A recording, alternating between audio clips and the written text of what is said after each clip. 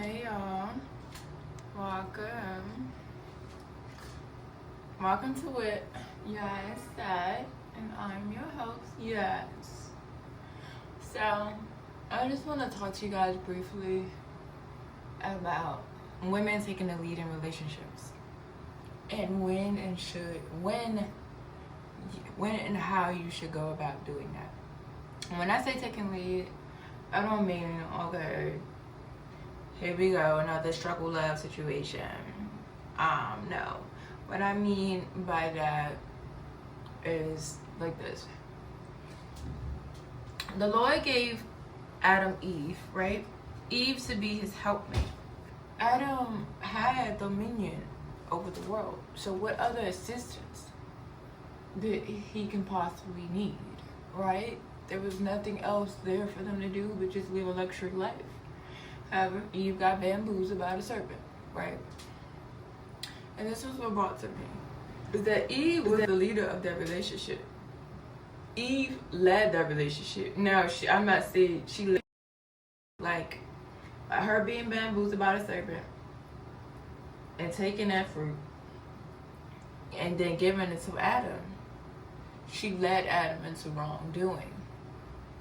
But Adam followed her lead. Are y'all following what I'm saying? Adam didn't have to do it. But why did Adam do it? It's really the question. I mean, there will be a time in the season where you will have to lead the relationship. And when I say lead, it don't necessarily always mean financial. But it can also just mean something as you changing up your eating habits and that partner doing the exact same thing. Eventually they would. Because again, two become one. You become one. You become the one that you're around all the time. You become one already spiritually by having sex. Am I right? So the thing is this. When I say take the lead, and it can be financially too. Something simple as they lost their job and you gotta be the one who fit the bills. Okay, cool. But if that person sitting on there, like Apostle like to say, do nothing stool, or they like to just sit there and twiddle their thumbs with no effort, no nothing, you giving them advice, you sending them jobs, you doing X, Y, and Z, and they not budging, then at the end of the day, you give that person a time frame. Hey, I love you, because what? Love takes no kind of wrongs.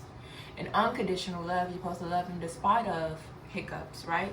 Because if that's the case, that means we have conditional love, meaning that per condition, per you making 100K, I love you. The moment that you decide to, or your job fires you, or the moment you make less than that, I no longer love you. That's conditioned love.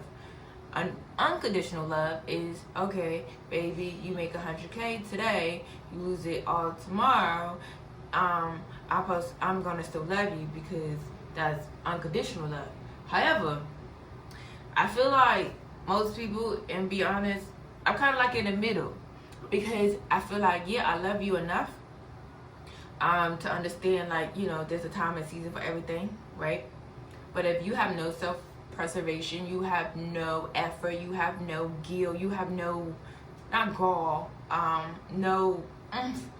no go-getter attitude about anything, and you just want to sit back and relax and just live off my dime and my dime alone forever and never and never and never and never and never and never and never land, that's a problem. Houston, we have a problem, and that's not gonna work. That's just not going to taking the lead as women. As being a leader, you have to be one, intentional.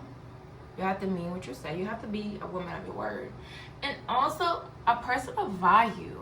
Like, you can't just be, I mean, it's good. I mean, it works for some people, right? Let me not say it's one size fits all, right? Because it's good to, I guess, just be, to just be pretty, right? Pretty privilege works. I get it. I know. I get it. Pretty privilege works. But beauty is fleeting, my darling. There's only so much Botox and Juvederm, retinol that you can use for your pretty face. There's so many surgeries that you can get to complement your body from aging, because aging is going to happen. It is a natural process of the body at the end of the day. However, what's not fleeting is information. Information will stay with you for forever in the day. So it's one thing to be beautiful, but it's one thing to have the beauty in the brain. Okay, fact of the matter is that beauty is fleeting.